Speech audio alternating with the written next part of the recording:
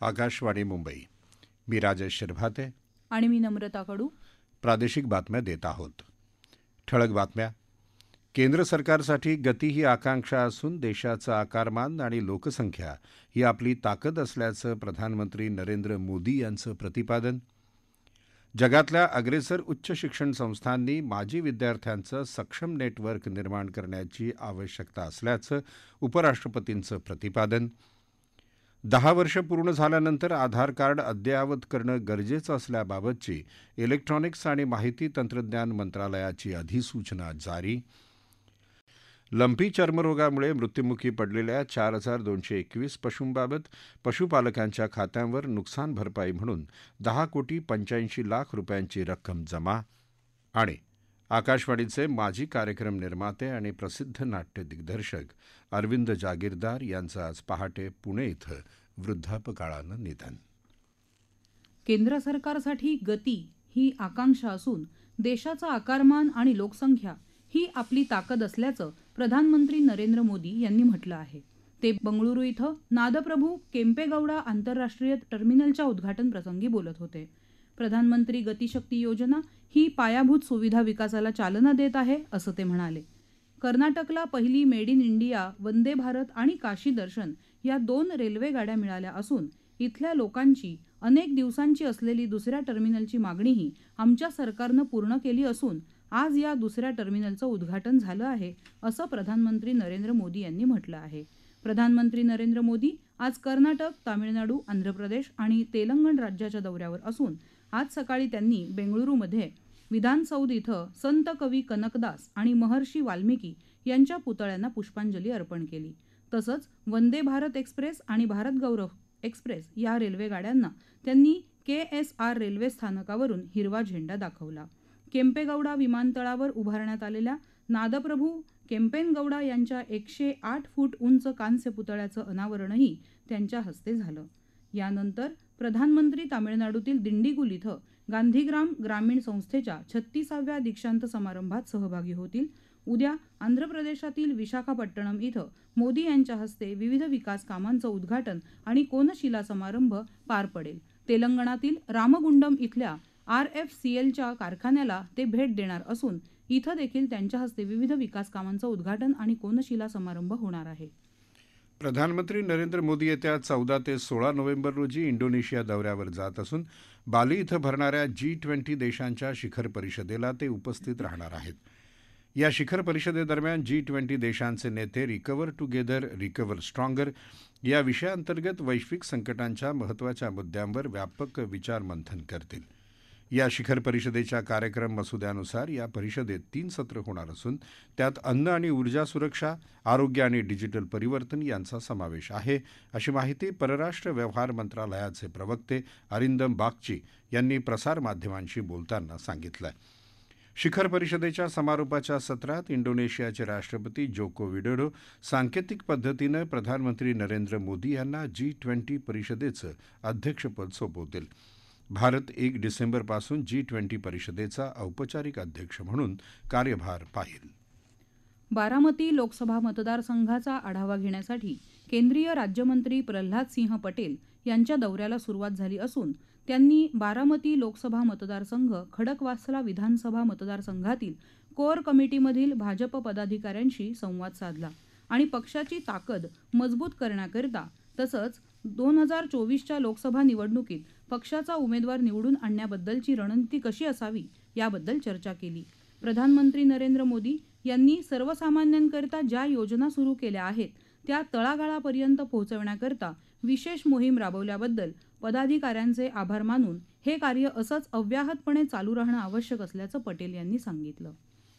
केंद्र सरकारच्या निवृत्ती वेतनधारकांसाठी डिजिटल जीवन प्रमाणपत्राच्या प्रचारासाठी केंद्रीय निवृत्ती वेतन आणि निवृत्ती वेतनधारक कल्याण विभागाच्या वतीनं राष्ट्रव्यापी मोहीम राबवली जात आहे. सर्व नोंदणीकृत पेन्शनर्स असोसिएशन, पेन्शन वितरण बँका, केंद्रीय मंत्रालय, विभाग आणि केंद्र शासन आरोग्य सेवा, CGHS वेलनेस सेंटर यासाठी विशेष शिबिरं आयोजित करून जीवन प्रमाणपत्र दाखल करण्यासाठी digital life certificate face authentication तंत्राचा प्रचार करण्याचे निर्देश देण्यात आले आहेत. याच अनुषंगानं केंद्र सरकारच्या निवृत्तीवेतनधारकांसाठी स्टेट बँक ऑफ इंडियाच्या नागपूर शाखेनं शिबिराचं आयोजन केलं आहे. याप्रसंगी पेन्शन विभागाचे वरिष्ठ सल्लागार हरजित सिंग आणि पेन्शन विभागाचे उपसचिव रमेश चंद्र सेठी हे उपस्थित होते. ही सुविधा राज्य सरकारच्या कर्मचाऱ्यांना आणि राज्याच्या कोषागार कार्यालयाच्या स्वरूपात वितरण अधिकाऱ्यांमार्फत देखील उपलब्ध आहे. केंद्र शासनानं सर्व निवृत्ती वेतनधारकांना त्यांचं जीवन प्रमाणपत्र डिजिटल पद्धतीनं सादर करण्यासाठी संबंधित केंद्राला भेट देण्याचं आवाहन केलं आहे. याविषयी आपल्याला माहिती देत आहेत एक पेन्शनर लाभार्थी. अभी क्या है, हम लोग पेंशन होल्डर हैं तो हम लोग को ईयरली जो बैंक में था उस बैंक में जाके हम लोग को लाइन सर्टिफिकेट भरना पड़ता था और लाइन में खड़ा रहना पड़ता था. काफ़ी समय लगते थे, आने जाने में दिक्कत होती थी. कोई पेशेंट है, कोई कुछ है, कोई चल नहीं पाता है. तो अभी एक अच्छा सुविधा निकल गया है और इससे काफ़ी हमारी परेशानी आने ख़त्म हो रही है. हम अपने घर बैठे ऑनलाइन पे ही अपना लाइफ सर्टिफिकेट भेज सकते हैं. ये हमको बहुत सुविधा हुई और इससे बैंक में आने की ज़रूरत नहीं है और घर बैठे ही हम लोग को सर्विस का साधन हो गया है. ये बहुत अच्छी सुविधा है. जगातल्या अग्रेसर उच्च शिक्षण संस्थांनी माजी विद्यार्थ्यांचं सक्षम नेटवर्क निर्माण करण्याची आवश्यकता असल्याचं उपराष्ट्रपती जगदीप धनखड यांनी सांगितलं. ते काल नवी दिल्ली इथं सूरजमल मेमोरियल एज्युकेशन सोसायटीच्या सुवर्ण महोत्सवी समारंभात बोलत होते.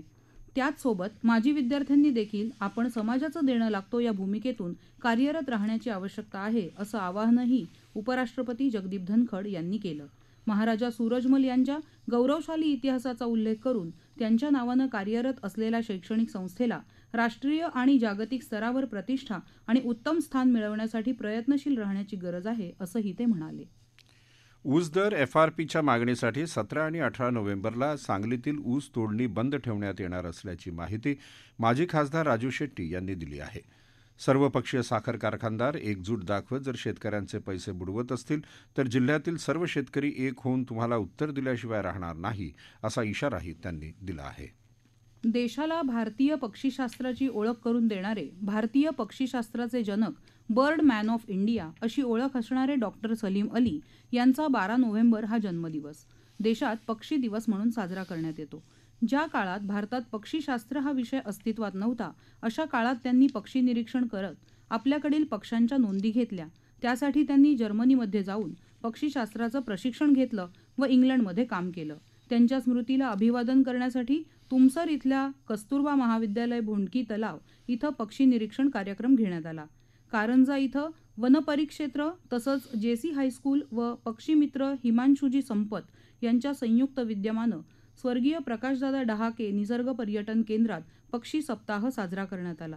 या निमित्तानं वनपर्यटन केंद्रातील पाणथळ भागात विद्यार्थ्यांसाठी पक्षी निरीक्षण कार्यक्रमाचं आयोजन करण्यात आलं होतं.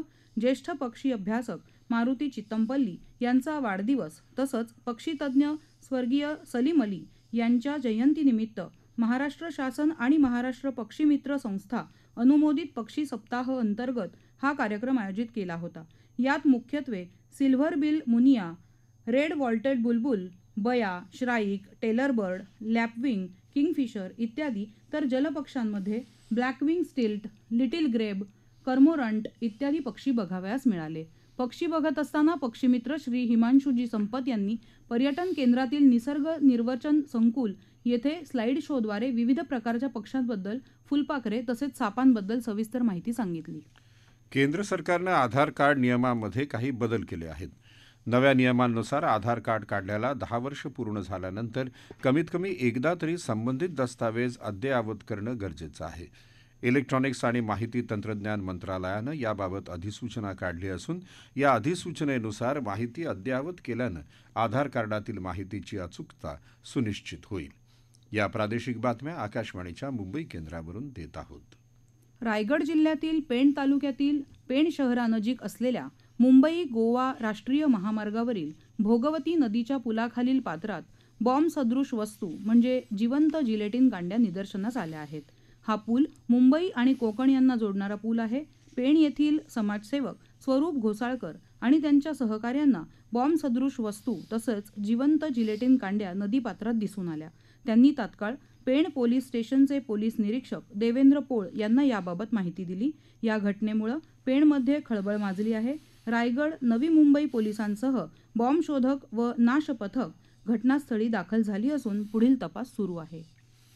प्राचीन भारतीय मंदिर स्थापत्य कलेचा आविष्कार असलेल्या कोल्हापुरातील करवीर निवासिनी महालक्ष्मी अंबाबाई मंदिरातील दक्षिणायन कालखंडातील किरणोत्सवाला सुरुवात झाली आहे. पहिल्याच दिवशी म्हणजे मंगळवारी मावळतीच्या सुवर्णकिरणांनी सायंकाळी 5:46 देवीचा चरणस्पर्श केला. 3.5 शक्तिपीठांपैकी एक पूर्ण पीठ म्हणून जगभर ओळख असणाऱ्या करवीर निवासिनी श्री महालक्ष्मी अंबाबाई देवीच्या किरणोत्सवाच्या आजच्या दुसऱ्या दिवशी आकाश निरभ्र असल्यानं अंबाबाई देवीच्या मूर्तीच्या गळ्यापर्यंत मावळतीची सूर्यकिरणं पोहोचली असल्याचं पश्चिम महाराष्ट्र देवस्थान व्यवस्थापन समितीचे सचिव शिवराज नाईकवाडे यांनी सांगितलं. किरणोत्सव पाहण्यासाठी भाविक पर्यटकांनी मंदिरात मोठी गर्दी केली होती. यंदा किरणांची तीव्रता चांगली असून किरणोत्सव पूर्ण क्षमतेनं होईल अशी माहिती खगोलशास्त्र अभ्यासक प्राध्यापक डॉक्टर मिलिंद कारंजकर यांनी दिली. राज्यात लंपी चर्मरोगामुळे ज्या पशुपालकांचं गोवंशीय पशुधन मृत्युमुखी पडलं अशा 4,221 पशुपालकांच्या खात्यावर नुकसान भरपाई म्हणून 10,85,00,000 रुपयांची रक्कम जमा करण्यात आली असल्याचं पशुसंवर्धन आयुक्त सचिंद्र प्रताप सिंह यांनी सांगितलं. सिंह म्हणाले, राज्यामध्ये 10 नोव्हेंबर 2022 अखेर 33 जिल्ह्यांमधील एकूण 3,469 संसर्ग केंद्रांमध्ये लंपी चर्मरोग प्रादुर्भाव दिसून आला आहे. बाधित गावातील एकूण 2,26,791 बाधित पशुधनापैकी एकूण 1,56,264 पशुधन उपचाराने बरे झालेले आहे. उर्वरित बाधित पशुधनावर उपचार सुरू आहेत. आत्तापर्यंत 14,970 पशुधनाचा मृत्यू झाला आहे. राज्यातील विविध जिल्ह्यांमध्ये कालपर्यंत एकूण 144 लाखांपेक्षा जास्त लशी उपलब्ध करून दिल्या आहेत. त्यापैकी एकूण 137,09,000 पशुधनाला मोफत लसीकरण करण्यात आलं आहे. जळगाव, अहमदनगर, धुळे, अकोला, औरंगाबाद, बीड, उस्मानाबाद, कोल्हापूर, सांगली, सोलापूर, वाशिम, जालना, हिंगोली, नंदुरबार आणि मुंबई उपनगर या जिल्ह्यांमधील लसीकरण पूर्ण झालं आहे. महाराष्ट्रात सुमारे 97.98% गोवंशीय पशुधनाचं लसीकरण झालं आहे.